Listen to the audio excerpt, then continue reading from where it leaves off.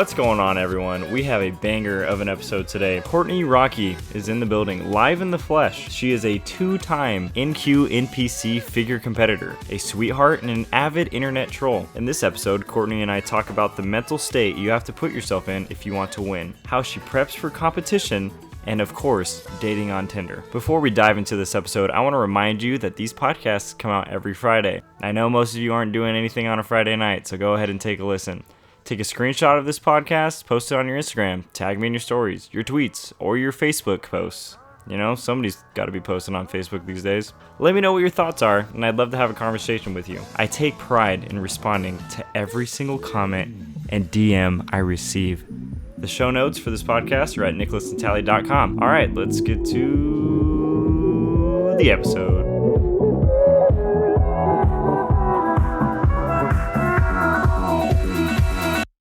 Hello and welcome. It is a beautiful overcast day in Riverside, California. This is the Nickolas and Natali Show. I am your host, Nickolas and Natali. Each week, I meet with individuals that have found life hacks or strategies to live a more fulfilling life. We have a very special guest today, Kourtney Rockey, in the house. I've recruited a secret resource, your best friend Marky, to give me the dirt, give me the deets on what we really need to know about you. There's a lot of it, so. So, the first topic she recommended talking about is. I'm so nervous right now. She said. It goes so many different ways. She said you have some interesting food habits. I do. For one, tell me about the ripeness of bananas. When's the best time to eat a banana? So I personally love my bananas a little bit on the green side. You can't say a little bit. I've seen the picture. You know, those are full green. If you were to open up a box of crayons, right, that lime green Crayola, that's it. That's the move right there. Oh man. When they're yellow, I don't like the consistency of them. I just think they're a little chewy, mushy. I don't know if I would even say mushy. I like them a little firmer. I don't know. It's a weird thing. I know it creeps people out a little bit. I just want to know, when did it start? Did somebody give you a yellow one, or did you not have time one day and you needed breakfast and you're like, I'm snagging the green one. I'm going for it. I think so. Yeah, I think it just happened. I don't know. I've just never been the kind of person that's like, I need to wait for that banana to be ripe. That does make sense. I've never really. You buy a banana, you eat the banana. I hear what you're saying. Exactly. Okay.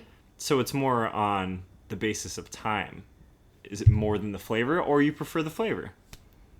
I do. I don't not like the flavor. I think it's good. I'm going to have to put that to the test. I feel like that's something I might have to try now. But you never go brown, though. Oh, never. I never go brown. I don't like any brown on the banana. Like, having a yellow banana is like the last hope. Like, if there's a spot of brown, I will not Really? eat it. Yellow's the last hope. My goodness, that's crazy. I like it, right in between the yellow and the green. Okay. That's fair. Yeah. Now, the one time Marky put on her story of me with the bananas or whatever. That's right. To be fair, Full-blown I probably green. would have waited a day. Okay. So I think I ate one just to bother her. Okay. Got it. It was a mind game. It wasn't. It really was. Got it. I gotta have that in between, because I have to be able to peel it. That's true. Since you can't peel it. You can't peel it. Yeah, that's a great point. Okay, and then tell me about. I have other food habits if you want to know. I want to know. How you let me in. Let me in.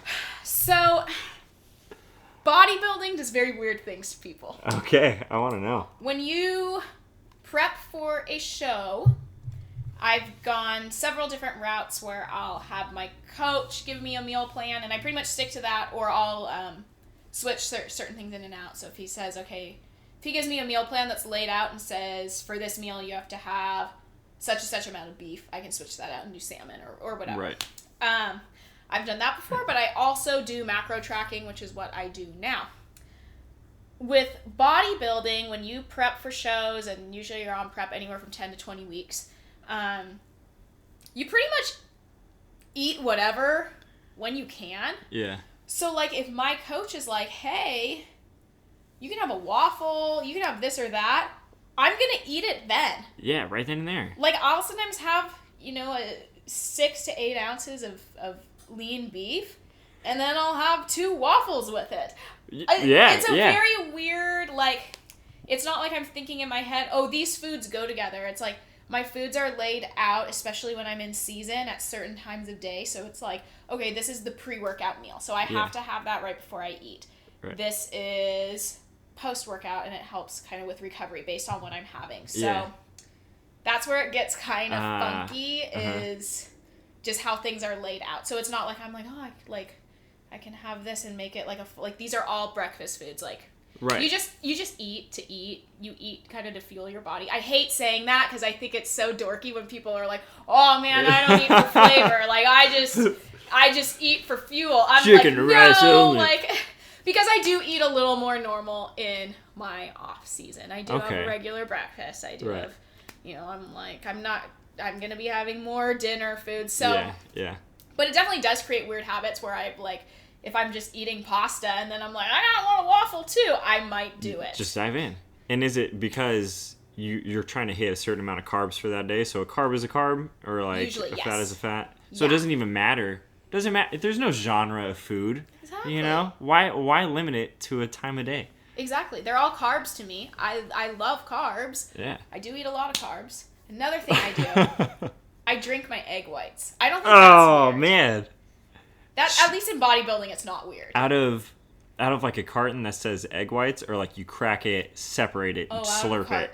Oh man, straight up. Yeah, like so if I try to buy like the bigger ones, but sometimes if I go and buy like the little half sizes, you'll just down it. Oh yeah. Oh my gosh. That's very common for bodybuilders because it's like when we have to get a lot of protein in.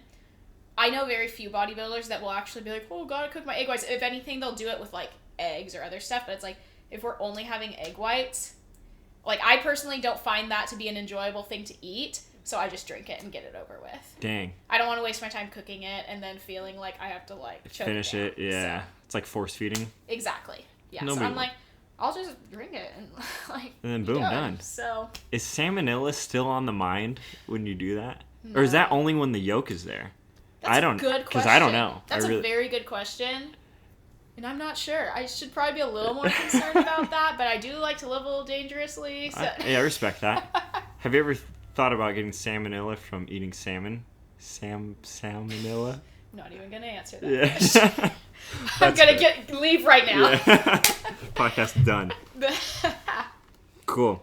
Well, that's sweet. How do you determine so let's say you're in season, how do you determine what type of day? What time of day you have to eat? You have to eat at specific times? Pretty much. How does that go into things? Give or take. Yeah. So, and it all depends my schedule of my day, my meals, my training. When I'm in season... Mm-hmm. And season is like competitions coming up. Yes. Right? So okay. I consider season to be 14 to 20 weeks out from a show or a competition. Because now sometimes that's like finishing up a bulk, but you're already starting to ease into certain things. So that's why it's like, okay, if I'm on a 12-week prep, I might be considering myself in season 14 to 16 weeks out versus 12 weeks out. Yeah. So that's just when I'm more conscientious about everything I'm doing and timing everything. So I check in with my coach, and he'll change things that I do about every 4 days or so. Sometimes. Wow, that's literally frequent. On the day, if I'm like 2 weeks out, I check in with him pretty much every day. Oh my gosh. What is he tweaking?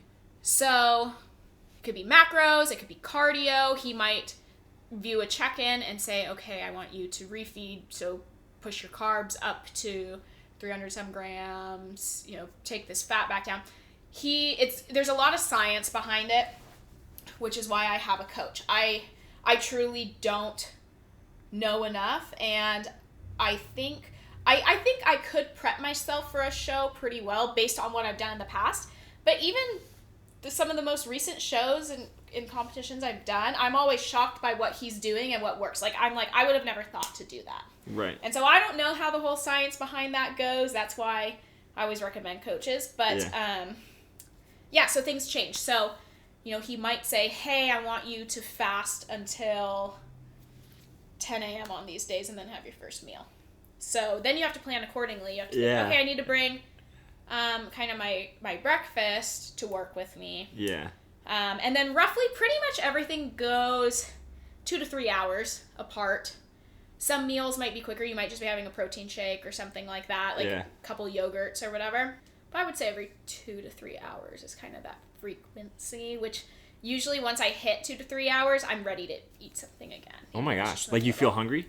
Mm-hmm. Wow. That's crazy. So what's a refeed in regards to like carbs? He does all that? Is he he's the mastermind behind it? Yes. So. And do you think, I guess the other side of it is he knows the science. Is he also helping with motivation too? Or like maintaining focus? My coach is a hype man. Oh, well, that's great. I've trained with him before. Take him to the club. He's awesome. He bodybuilds as well. That's good. He's a monster. He's like 270. He will be yelling at you in the gym. Definitely my biggest encourager when I'm in season. We'll call, FaceTime, do whatever. Just really be, hyping me up if he can't be at a show. Yeah. FaceTiming in. So yeah, he's awesome with that. Now refeeds are basically when you're in a contest prep. Yeah. Your calories are low. Uh-huh. Some people have lower calories than others, but of course to lose weight and to get to an extremely low body fat percentage, you have to have lower calories, which equates to lower macros. So some people can have higher carbs, some people can have higher fats, some people kind of have to go back and forth. It just really depends on that body type. So a lot of times what can happen is your body's so low for a while, it can tend to plateau. Oh. So what we do with a refeed, some people call it a cheat meal. That's whatever, exciting. Essentially. But what gets, so refeeding, sometimes it can be within a certain amount of carbs. So he might say I'm on 150 grams of carbs a day. Yeah. He might say, hey, bump your carbs up to 300.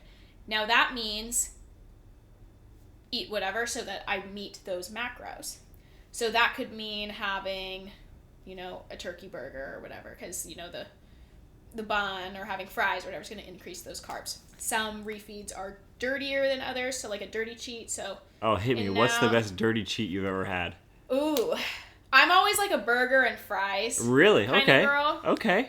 I don't know, because there's certain things, I don't think I could do like a pizza on a prep because I feel like my body is so like, that's kind of extreme. I feel like I would anti-grease kind of deal. Yeah. I don't feel as like, after I have like a burger. Yeah. From a specific spot, when he says, get yourself a burger and fries, are you going In-N-Out? Are you going Five Guys? Or do you go home grill? It depends on my mood. I do like In-N-Out. I love Five Guys. Five Guys is good. It's just expensive. I don't think I've had Five Guys, if I'm being honest. I've only had In-N-Out. It is so good. It's hit me better? Different. Okay. It hurts your wallet. Ah, got it. Like a double cheeseburger with bacon and fries. Yeah. And a drink comes out to be like $17. It's very expensive. Oh, man. It's good though. It's really good. Sounds like it's worth it. I do like Red Robin too. Red Robin's good. Habit's okay. It's not really a go-to when I'm on prep because I'm always like, I want something that's like good. Something that's gonna hit the spot. You gotta make it worth it. I gotta make it really worth it. Yeah. Makes sense. But yeah, so we increase those in hopes that we drop weight after when we immediately cut back down. Sometimes you might refeed for like 2 days in a row. Nice. And then you drop back down to the lower macros. Sweet. So walk me through like the mindset that you have to have, because 14 to 16 weeks, right, of like being in season, that's a long time to be focused and determined. And I've seen you say stuff like it's not for the faint of heart, for lack of better words. It's not for everybody. Like what is, like, I don't know, I want to say, is it grueling? Is it fun? Is it miserable? Is it awesome? All of the above. Wow. It's a mindset that very few people have. And I get on social media and it seems bodybuilding and competition seems to be almost a trend in today's world, which even 5-6 years ago it wasn't. Right. And I know there's different divisions now. You have bikini and men's physique, which makes it a lot more attainable for a lot of people. I mean, I can go grab a girl at the mall and put her on a treadmill for 4 weeks, and she just has great genetics, and I can get her lean enough to do a show and do all right. Yeah. But I really would say bodybuilding, true bodybuilding at a competitive level, and I can literally talk about this forever. Hit me. And my thoughts on all of this. Yeah, I want it. True competitive bodybuilding is literally for like the 1%. Really? There's a lot of people that don't have the mentality behind it. We go to these shows now, and I don't like to necessarily rip on bikini or rip on men's physique, but unfortunately those divisions do get a lot of people that come in there and they're just like, I'm just doing it for the experience. I'm just doing it, it's me versus me. And I'm like, I don't have that mentality in anything that I do. I'm like, if I have someone I'm competing against, I am coming for them. I'm coming after them hard. Yeah. And you're going to win. It's not for an experience. I mean, I've had times where I'll be quiet on social media because I don't want other people to see what I'm doing. Wow. And it's not about the affirmation of that for me. And so you see a lot of that, and that's why these divisions, you have bikini class A, men's physique class C or D, and it's like, you have 35 people out there. Yeah. And I'm like, what? Like, and that's one class. Yeah. You have bikini classes A up through class F. Wow. So if you have, 30 girls in certain, I know you get less and less as they get taller, but I'm like, oh my gosh, they're coming in. They are. They really are. And I have a hard time believing that every single person up there has that same mentality of training and consistency in their diet and doing it for the W. Right. And there almost seems to be, it kind of seems to be a trend also that I've seen of like, oh, I cheated on my diet. Oh, I did this and that. Oh, man. So true. I see that. You see a lot of people that they talk about doing a show. It's always, I'm going to do a show. Oh, I've started a prep. And then 2 weeks later, you see them on Instagram, and they're, out doing Lord knows what, eating whatever, partying, drinking, so on, so you name it. Yeah. And all of a sudden, they go quiet about it, and then 3 months later, oh, I'm prepping for a show, and it's a kind of a continuous cycle. So, I don't know. I think you have those people that are kind of the ones that I'm always gonna do it, and then they never do. Yeah. And then you get your people that do a show for the experience of it. Right. I'm kind of like, why waste your time? Right. Why are you putting your body through this to just get third call-outs? I just don't understand that mentality. And then you have a lot of people that are really in it, and they work extremely hard, and it's their life, and it's a passion for them. Yeah. And you see a lot of those people in women's figure, physique, women's bodybuilding. You don't really see anymore, but those ladies were hardcore. Yeah. Your classic physique guys, your big bodybuilders, that's where you see that mentality, and it's like pretty much across the board because those are such difficult physiques to achieve. Right. So when you're getting prepared for a show and you're going into the gym, do you have things that you consistently say to yourself, remind yourself when you walk into the gym, like to be able to say, I'm going to take down whoever is your competitor? Like, what is the self-talk and the focus to get something like that done? It's some days I need it, other days I don't. More often than not, I don't. When I start a prep, people are always like, how do you do it? How do you just like jump on board? And it's like, when I prep for a show, I usually will kind of, have whatever the night before. And that morning I just get up and diet starts. Wow. It is what it is. Kind of like signifies like this is the last cheat meal. Everything else from here on out, I'm locked in. And I don't even think about it at that point. I'm just like, okay, this is what I'm doing. Yeah. And then you do it. Wow. You just do it. You get on the treadmill and you just are on the treadmill for an hour if that's what you need to do. You're on the stairs for an hour. Yeah. You're following whatever your diet is. And I don't know. Some days I definitely need a little more motivation than others, but that's just like any other day in your life too. Yeah. You need more motivation to get up and go to work and to do whatever else. But I'm not really the type of person that's like thinking like, oh, that has to have this crazy like, I'm thinking of beating all these people, like, when I'm training. Because I enjoy training. I like going in there and hitting it hard. And so I don't necessarily need that driving force behind me. Yeah. But I definitely have that driving force in more... The closer weeks and sticking to diet and, like, sticking to sleep and, like, getting my water in and stuff like that. That's the hard stuff. Going to the gym is so easy. When you love to train, you love to lift heavy, it's like... That's your favorite part of your day. So I don't have to get the motivation to go and to do my thing there. I need the motivation where it's like 9 o'clock at night and I'm like, dude, I could go for some ice cream right now. Yeah, heck yeah. That's when I need the motivation. And I'm discipline. Thinking, like, you know, this meal, like, if I were to cheat right now, could that make or break a show? Maybe not, but also maybe it could. Yeah. I don't know. Yeah. So that's where I have that drive. And why would I really want to cheat? And, you know, when I've dedicated prepped for shows so and done much, it perfectly, it's so much more rewarding. And I know I've done everything I could have done for it. Yeah, heck yeah. And what type of changes is your body going through over 14 to 16 weeks? Are you, I mean, I don't know. Typically, are you cutting weight, cutting down? Because most of the time, I see numbers like 6% body fat. Like, they're stating how much fat they still have on them and all that stuff. So I imagine people are starting at 15, 13% and cutting down. Like, that's a pretty significant amount of body fat. Right. So, I mean, I typically, I'm not planning on doing any shows for a while. Everything's more strength-based right now.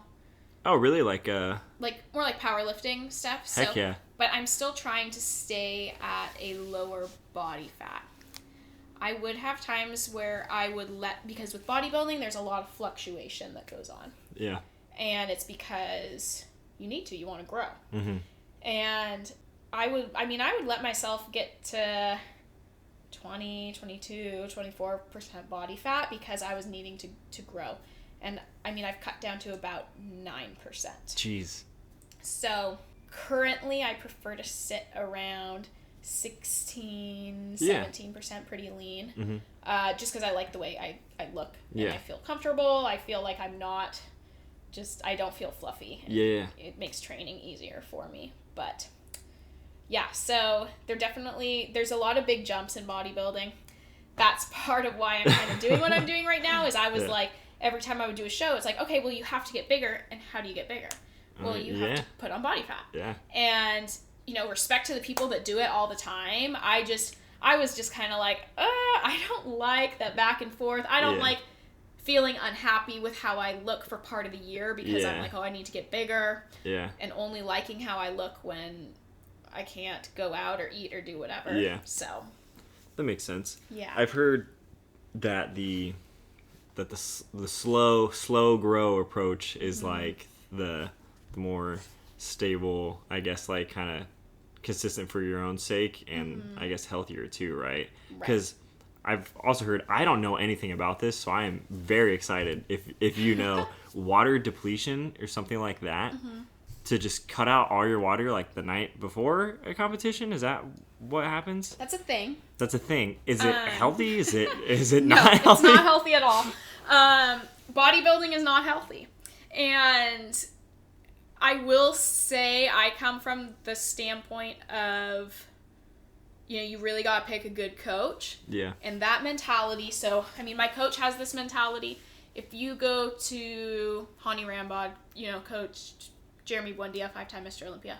If you go to him and you say, hey, when should I start cutting my water out? Should I completely just start sipping water 2 days out? Blah, blah, blah, blah. He would look at you and say, if you need to do that, you're not conditioned enough. Yeah. Bottom line. Yeah. And that's kind of the mentality that my coach has too. He won't cut sodium. He won't cut water. I mean, I'll still be drinking. Like, all these girls are backstage and they're like, I'm so thirsty. All these bikini girls, I'm so thirsty.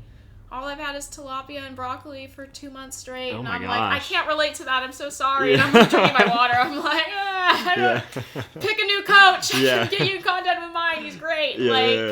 So there's a lot of really bad coaches out there, and they kind of hold those mentalities. It's a lot of, like, the bro science. Oh, you need to have this and that. And, like, there's so much science out there that's proven that we don't need to do that. And, like... people just repeatedly do it and do it and do it. Right. Yeah. So I'm seeing less and less of it, thankfully. People are kind of realizing this and researching coaches and finding good coaches. But yeah, you see that at every show. How do you know when your coach is bad or good? Because I assume most people are probably going to find a coach through Instagram now. And like we've already said, this trend of the almost like just I'm in it because it's a cool thing right now. It's a fad and it'll maybe give me quick mini fame or whatever it is. But now on the flip side of it is you want a good coach. You want somebody that's going to take it serious. And right. So there's a lot of people out there, a lot of fitness influencers, guys and girls that offer programming online, whether or not that's just general weight loss programming, contest prep programming, you name it, it's out there. Yeah.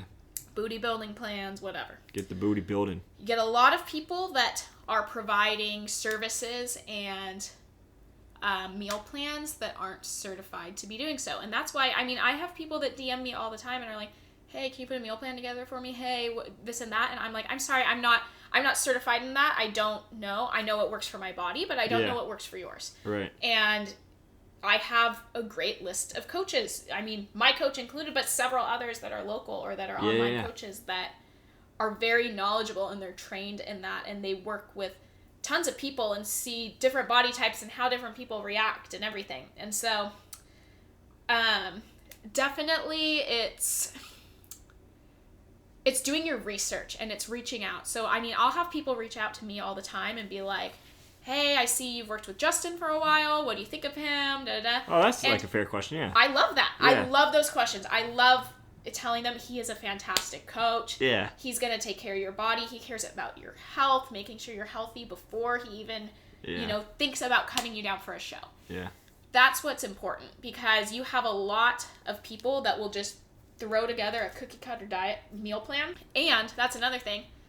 If a coach comes to you with a meal plan and says, hey, you're going to follow this for 4 weeks straight, that's not a good meal plan. Yeah. They should be checking in with you, I would say, at least once a week. Yeah. And making adjustments based on that. So if they can give you something and are like, just follow this. Paul, this is a perfect They're recipe. probably giving it to every single person. Oh, guaranteed. Yeah. Because it's easy for them. Right. So that's not usually good. Kind of those bro science, water depletion, things like that. And those are questions you can ask. I would say, reach out to them if you don't feel like you're necessarily getting enough information. Reach out to their athletes, see what they say. Even ask questions along those lines, like, what does your meal plan look like? Do you cut water? They'll answer those questions. Even not if you're asking it, you don't have to be like, oh, I don't think that's right. Just ask the question genuinely. Yeah. They'll say yes or no. Yeah. But yeah, so just reaching out, also making sure that they have the certifications needed as well, that it's not just they're legit. Not just some guy. Not just some girl in Gymshark pants that bought those and all of a sudden she can sell meal plans to people. So that's exactly how it goes. It is. Or you just add _fit to your username and that's... shoot, why not? I know. You don't even need to go to school anymore. That's all you need to do. Yeah, just be kind of fit, Right. I want to go back to that subject soon, but I also want to ask... These are Marky's, just so you know. That is so long. Yeah, it is. Oh my gosh. Yeah, she... Did you ask her if she APA formatted that thing? Yeah, she should have. Maybe a little MLA. Yeah. She told me to bring up the topic of Bumble. You've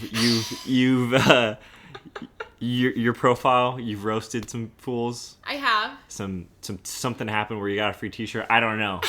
Let me in to this Bumble world.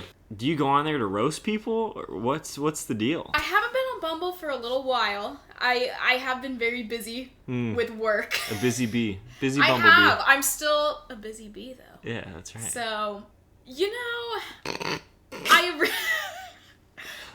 I originally got on dating apps. This is probably 2013, 2014.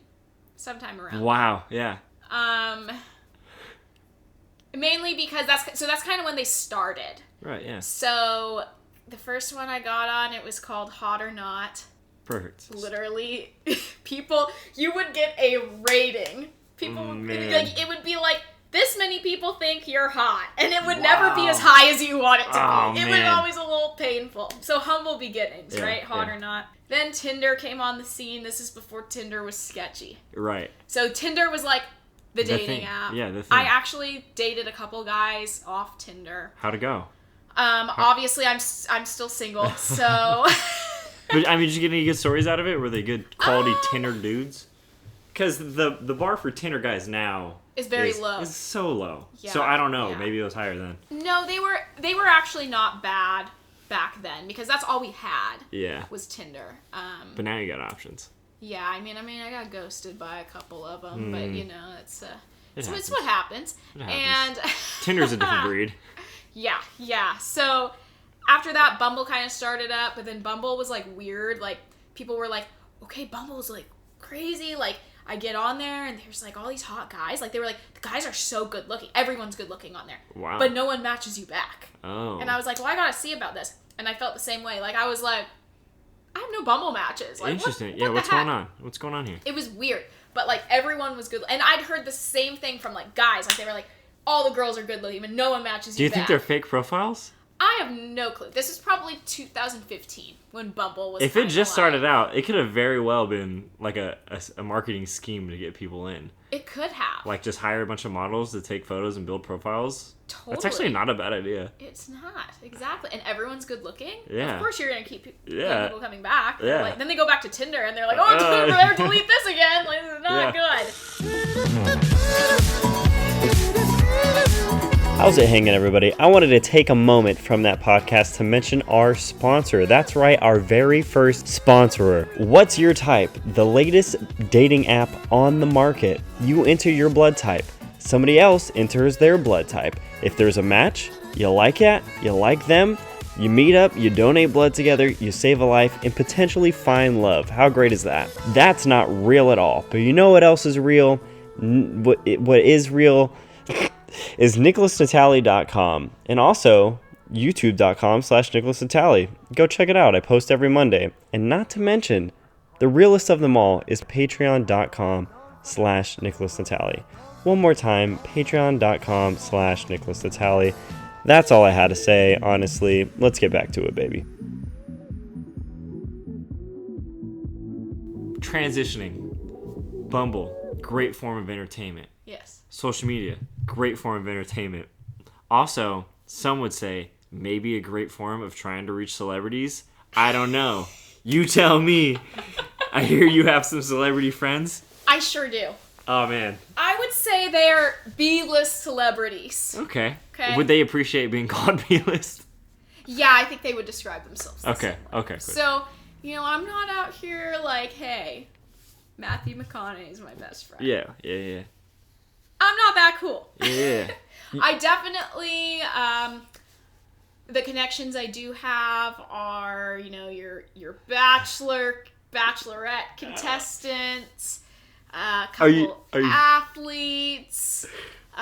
You kind of get those weird people that are like kind of semi-famous on Instagram or like Twitter. They're more like Twitter famous people where they're like funny. Yeah. And they just post like funny hilarious stuff. But like, unless you're on Twitter and on that like side of Twitter and you're just like walk by them on the street, you're not going to know who they are. Yeah. So I know what you're saying. I definitely have like a handful of those. I do, yeah. I do have a handful of blue check marks that follow me. Oh, let's go. You made it. Do you know John Christ? Oh, yeah, I know John Christ. The Christian comedian. He's great. He's funny. He is our pal. Yeah. So Best buds. Best freaking buds. He's very concerned and worried about me and Marky and our behavior. No. He just thinks we have a lot of energy. But you met him in person? We did. Oh, what the heck? Where? So he got us free tickets to his show here in Riverside, and we hung out with him backstage. You're gonna say he got you free tickets? What? How did that happen? Slide in the DMs. No, you're kidding me. That's Marky crazy. slid in the DMs. Okay. This because situation. she's in love. She loves John Christ. She thinks he's hilarious. He's hilarious. She tweeted at him, was like, hey, like, she would literally just shoot your shot, basically. Yeah. Like, hey, you got these nothing to tickets lose. are sold out in Riverside. Like, I think she would have gone if she was able to get tickets regardless. Yeah. And so he DM'd her and was like, hey, like, give you 2 free tickets and, like, backstage passes and oh my gosh, what so a we got legend. the backstage passes. What a nice guy. And we thought we were just going to be, like, in line with all the other people. Like, so we were the first ones to get back there. He was like, hey, guys, like, was talking to us. And he was like, yeah, like, totally go hang out with the crew. Like, what the heck? He was like, I'm going to meet all these people. Like, we literally hung out with him. Wow. See, that's the lesson there. Shoot your shot. Shoot your shot. Shoot your shot. You can get some tickets to a comedian's show. That's right. This is another thing I wanted to ask you. What's it like being around because I imagine you're in a division that's fiercer than the others. What's it like being around competitive athletes like that? What's the atmosphere? I don't know. It's pretty interesting. I do kind of keep to myself to an extent when I'm backstage because I like to stay pretty focused. But I mean, I still talk to people. Like, I'm not rude back there. But you definitely do get a lot of competitors that are, and that, like, if you're their competition, don't want anything to do with you. They don't really talk to you. Wow. So I don't know. You do see that, but I like being around competitive people. And actually, even at my gym that I'm at, so I have 2 gym memberships right now. I have LA Fitness, and then I have 24-hour Fitness because I have to use just for my training now. I have to have round plates for when I deadlift. So, and my LA Fitness has hex plates. Yeah. And every time I'm at 24, I'm just so unmotivated.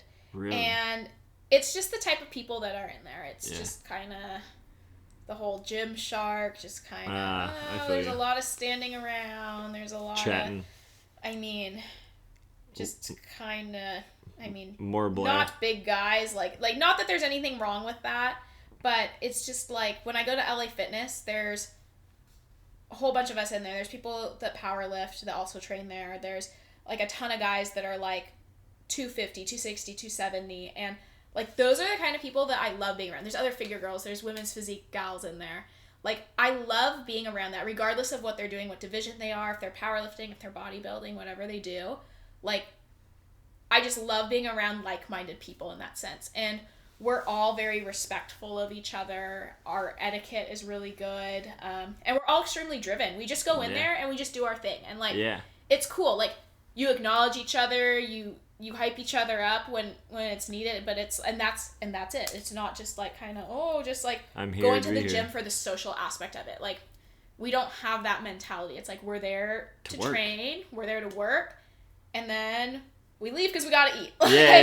That's how it is. And like, unfortunately, some gyms just like, I hate to say it, 24 attracts a different type of people. And I know there's LA Fitness gyms that do as well. Yeah. But, when you find a good one, it's awesome.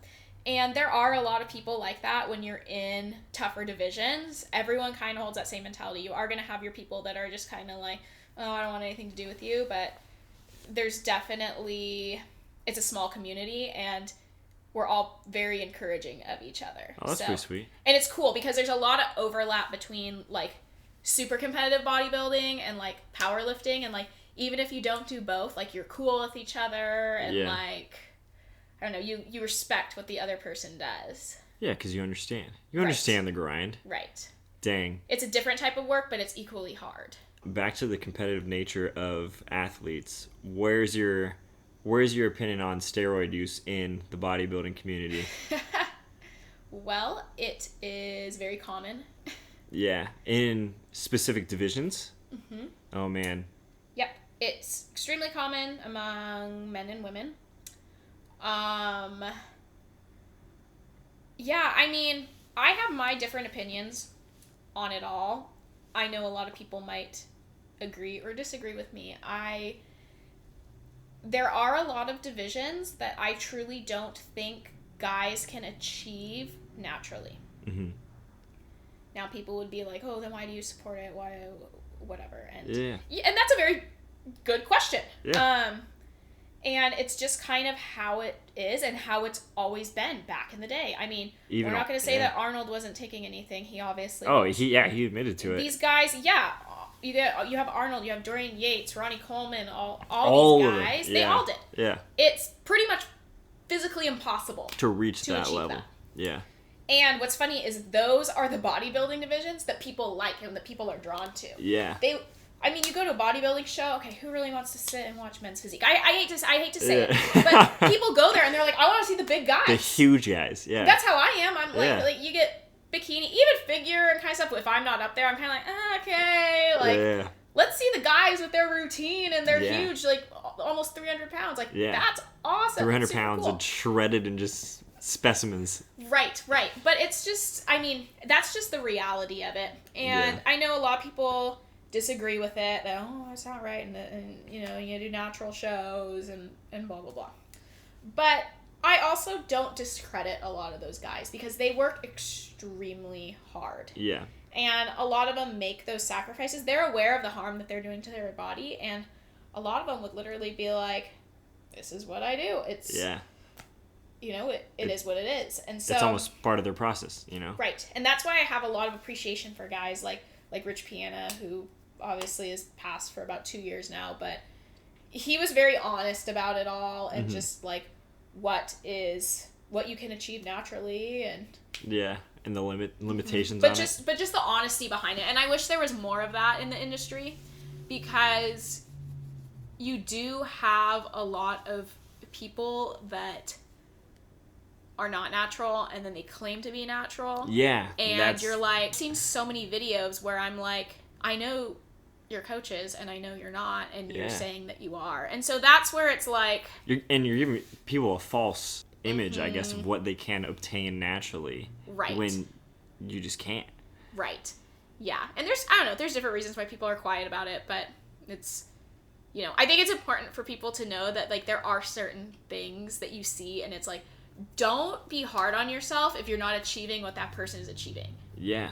So I think that's really important to remember. So yeah. And I think, let me see, I also read in Arnold's book, I freaking read his 500-page book, so it's whatever, and he was just saying how it was like kind of when steroids were getting popular and he was taking them and he really didn't know the harm or whatever, but he was saying how he would have taken anything really if somebody said it could have helped him win.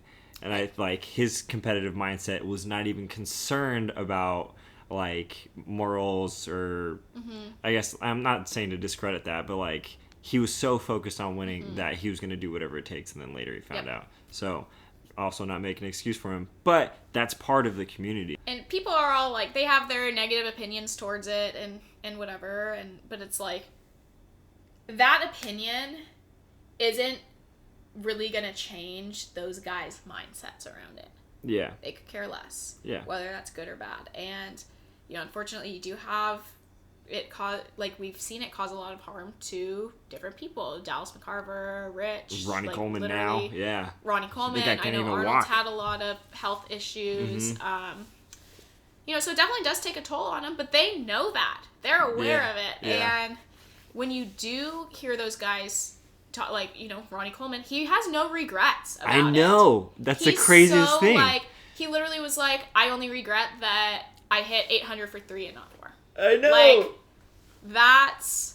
Like, these people love it. Like, they love that aspect of it, too. Right. And that's a mentality that I hold as well, is utilizing my prime. And that's something that my dad's really talked to me about. So my dad's super into bodybuilding. Yeah, your dad's jacked. He was a college athlete, played football, and so obviously with football, always those guys have always been lifting and whatever, always had a very competitive side. And maybe 2-3 years ago now, he had some pretty bad nerve damage. Yeah. He went from one day being able to move 130-pound dumbbells on incline. Dang. To not even being able to do a push-up, and it was just one side of his body.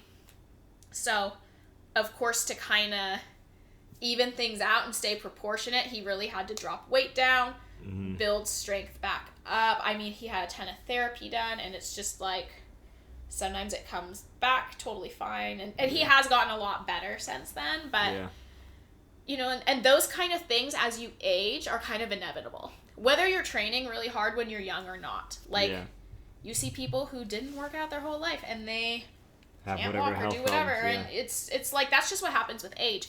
And so one thing my dad's always reminded me of is just really utilize my prime and and that's kind of why I've switched back to the powerlifting side of it, which is kind of when I started off with like powerlifting and CrossFit like 6 years ago. That's why I've kind of gone back to that, is I'm like, okay, we have master's divisions in bodybuilding. If I want to do that when I'm 40, 45 years old, I can. Yeah, heck yeah. And I can probably do pretty well in it. But I'm like, I don't know if I'm going to be able to pull this much weight when I'm 40. I don't know if at 35, after I have kids or whatever, if I'm still going to be able to do this. So I don't want to ever be like, man, I wish I would have squatted 800 before. Exactly, right? So that's kind of the mentality I have behind it. But, also making sure that I'm listening to my body and being healthy. Where sometimes you get guys like Ronnie who don't, and that's why they have injuries. So it's, it's that balance between the two of, you still push yourself really freaking hard and listen to your body and know, okay, I need to stop doing what I'm doing right now because I'm hurting myself. Yeah. So I think what a lot of people have to learn is there's a difference between pain because you're pushing yourself and you're training really hard, and okay, I'm actually hurt. Yeah. There's a difference between the two. And that took me a while to kind of figure out. Like, I used to just think like, oh, just keep pushing yourself, go, kind of going hard. No days off. And, making sure I'm having my full rest days, sometimes 2 rest days. Sometimes I walk in the gym and I start working out and I don't feel good and I'm just like, well, I'm going to go home now. Yeah. This is my rest day. I don't plan my rest days. I take them when my body needs it. Oh, that's nice. I mean, I try to plan them at, like I said, at the beginning of the week, but, training to the point where I'm like, by the time Monday comes, I'm like, okay, it's time. Yeah. But sometimes Monday comes around and I'm like, feeling good. Lift, so I'm going to go lift today. Yeah. Let's say somebody comes up to you, which I'm sure has probably happened, and says, hey, I am looking to get into bodybuilding. Like, what would you tell that person? Or maybe even your younger self when you were just starting that you know now. What would you let them know? Really think long and hard about it, because it will consume your life. I always tell people, and I see this more with girls than with guys, if you struggle with body image, if you struggle with eating disorders in the past, you probably shouldn't even be looking to this lifestyle at all. You have to be okay with seeing your body change. You have to be okay with seeing yourself extremely lean and knowing this, I can't maintain this body fat percentage. I literally will not live if I maintain this body fat percentage. Yeah. So you have to have that mentality behind it. And there's going to be body dysmorphia, whether you want to admit it or not. I struggle with that. I mean, I have days where I'm like, I feel kind of fat. And I know in my head, I'm like, I know I'm not. Yeah. But you see something different when you look at yourself. And other days, I feel great. And so, I mean, that's definitely kind of a struggle. You have to be all in. Like I said earlier, I hate seeing these people that are just like, oh, I'm just doing it for fun. Like, yeah, commit. Why are you even wasting your time with it if you're just doing it for fun or just seeing if you can do it? Like, I think that's the dumbest thing on the face of the earth. I'm like, there's so many other things you could be doing for fun and, enjoying life. And because it does, it consumes you. And you're going to be different. You're going to be the person that can't eat things. You can't drink. People are going to look at you weird. They're going to be like, what? Like, why can't you do it just this once? Yep. Well, if I do it this once. People will look at you very different. Even people that are into fitness, that are all really? Like, I love working out, I love this and that. As soon as you start doing it and you can't do what they're doing in their day-to-day life, they'll be like, oh, happens all the time. Really? Oh, yeah. Yeah, so I mean, definitely, I do think another thing, too, that a lot of people don't realize is, I don't like to say everything is genetics, because there's people that work extremely hard. But there's a lot of people that I look at them and I'm like, I can look at a guy in the gym who's never done a show before and I can say he would make a great men's physique competitor. Really? Just because he has the proportions for it. Wow. That's what it is. They want the tight waist. They want the V-taper. They want this or that. And sometimes you just have people that don't have the build. I will say my dad, he's in fantastic shape. He is. Extremely good shape. I don't think he has, and he's never done a show, I don't think he has the build that they would like. I don't think he has the ratios that they would like. Right. And he might be like, oh, I'm in way better shape than this guy. He's small. He's whatever. It doesn't matter. It's an illusion up on stage. It's what that guy looks like, and it's what they're looking for. And so that's kind of things you get a lot of people that are like, oh, I want to do a show, and a good coach can diet you down forever. They can do everything perfectly, and you're still not going to have the package that the judges want to see. Yeah. And that's nothing against that person or their work ethic or the fact that they're fit. They can be in super good shape. Yeah. But, I mean, look at half of the CrossFit community. They're in awesome shape. Yeah. If they stepped on stage, they're not going to do well. Yeah. But that doesn't discredit them. Like, you're still going to walk by them on the street and be like, that person's jacked. Yeah. Like, yeah, exactly. So that's where it's just a little different. They like really tight waists. It's just literally like the natural shape of your body. Yeah. So it's like they're looking for very specific proportions. Mm-hmm. I think I looked at a bodybuilding diagram once, and they had like wrist size. Like, they wanted your specific wrist size, specific ankle size. I'm like, holy crap. So that's a thing, too. Actually, with guys, it's almost easier to make a bodybuilder out of a smaller guy with the right proportions than a super big guy. Really? So, like my dad, for example, he's always been kind of bigger. So he's short. He's like 5'8", but I've seen him get up to like 220 pounds. Oh my gosh. Wow, yeah. But to make his proportions match up with a smaller guy, you would have to get him that much bigger, and that's pretty hard to do. Yeah. So it's these guys that are naturally kind of tiny. They have a tight waist. They can just eat. They can just eat. And put on that size.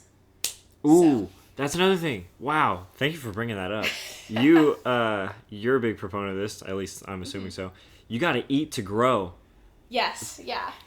I don't want to generalize, but I feel like a lot of men and women alike don't realize that eating more can help you grow. Mm-hmm. Can you give me some more of information on that? Like, what the heck? Why is there this theory that you should starve yourself with a salad every day? I eat all the time. Heck yeah. And I eat a lot. And that's the thing, is you get these girls that are like, I see it more with girls. Mm-hmm. With guys, you don't really have as much of the, you do have the guys that are like, oh, I'm cutting down. And I'm like, what do you have to cut down? Yeah. I'm kind of confused. Yeah. But you see it more with girls that are like, I want bigger legs. I want a bigger butt. The butt, that's the thing today. Everyone wants a huge butt. And I'm like, well, you need to eat. Yeah. You need to eat, and you need to lift heavy. And how are you going to get stronger? How are you going to lift heavier? You need to eat more. Yeah. Like, I don't care if you're vegan. I don't care if you're eating whatever. Like, I have plenty of friends who are vegan, and they eat. Nice. And they train really hard, and they look great. Yeah. So it doesn't really matter what approach you take, but you need to be getting those calories in. Yeah. And getting those carbs, getting those protein, fat. And so, that's huge. That's the key for growing in bodybuilding, whether you just want to get bigger. If you want to get stronger, oh my gosh, don't even try to get stronger without eating. Like, all my friends that powerlift, all my Olympic lifters, they are eating all the time, and they're eating a lot. That's awesome. Because you're not going to be able to move that weight. Yeah. You need to have the energy for it. And it's another thing, too, that my coach is really big on is pushing my metabolism. So getting me to the point where I can be pretty lean on 300 grams of carbs a day, which is a pretty unheard of number for a lot of girls that think, oh, I'm eating 50 grams of carbs a day. Yeah. I'm like, that's my snack before work. Like, what are you doing? So, and what's cool with that is when he pushes us to such high numbers, when it does have to come time to cut down or to do a show or make weight for something or whatever, he doesn't have to cut us back that far. Yeah. He can cut us down to 200 grams. That's still plenty. That's still more than a lot of people are having. So and he knows more of the science behind all that and how to change things here and there. But, it's definitely pushing yourself. It's like you look at any athlete in the world, they're eating a ton. They're eating, yeah. Yeah, and some of them are pretty freaking lean. Yeah, so. You best believe LeBron James is having 6 to 8 meals a day. Oh, that guy's, he's 100%. 100%. Have you seen that movie Strongman where they he goes out and he does the event, and then they go backstage, and this guy has like a bottle of wine and a Snickers and a like huge 12-inch sandwich, and then he goes out there and lifts some more. I'm like, that's what I'm talking about. Oh yeah. I mean, those guys are probably force feeding some of the time, but still. Some of those really big guys. Yeah. Yeah. They eat a lot. But you got to eat to grow. That's right. Okay. All right. This is the wrap. Okay. What's the life hack out of all this? What's the big life hack for bodybuilding? Oh my goodness. The big life hack. I would just say creating a habit out of it. Mm-hmm. That's the biggest thing, is it's not something I really even think about anymore. It's not something where I'm like, oh, I should probably go to the gym. Yeah. It's like, you do it. I do it because I want to, and certain days I go crazy if I can't. Yeah. Like, a rest day will be extremely hard to take when it's a habit. Like, you literally have to be like, I can't go today. Yeah. And another thing, too, I always say, like, earn your rest days. Earn your deload weeks for powerlifting.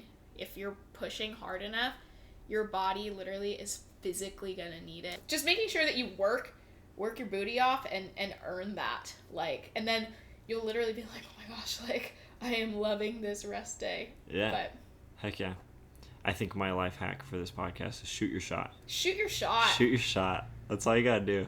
Shoot that shot. Kourtney, where can we find you on the internet? So I'm on Instagram, Rockio Fitness. It's Rocchio. Rockio. Rockio. It's the original last name. Nice. When they came over from Italy. Really? Changed it to Rocky because it's easier to pronounce. I'm also on Twitter at Kourtney Mo, M-O. It's Kourtney with a K. Big Kurt. You'll see Big Kurt. You'll see Big Kurt. And you'll know. And you'll know it is me. That's right. It's my only social. I also have a regular Instagram, which is also Kourtney Mo. So it's my non-fitness stuff. Yeah. If you want to show that I actually have a life outside of the gym. Heck yeah. Because sometimes people only see my fitness account and they're probably like, this girl's a weirdo. She doesn't have friends. I'm like, I swear I do. I have friends. I have a whole other account that shows it. Cool. Well, thank you for being on the show. Thanks for having me.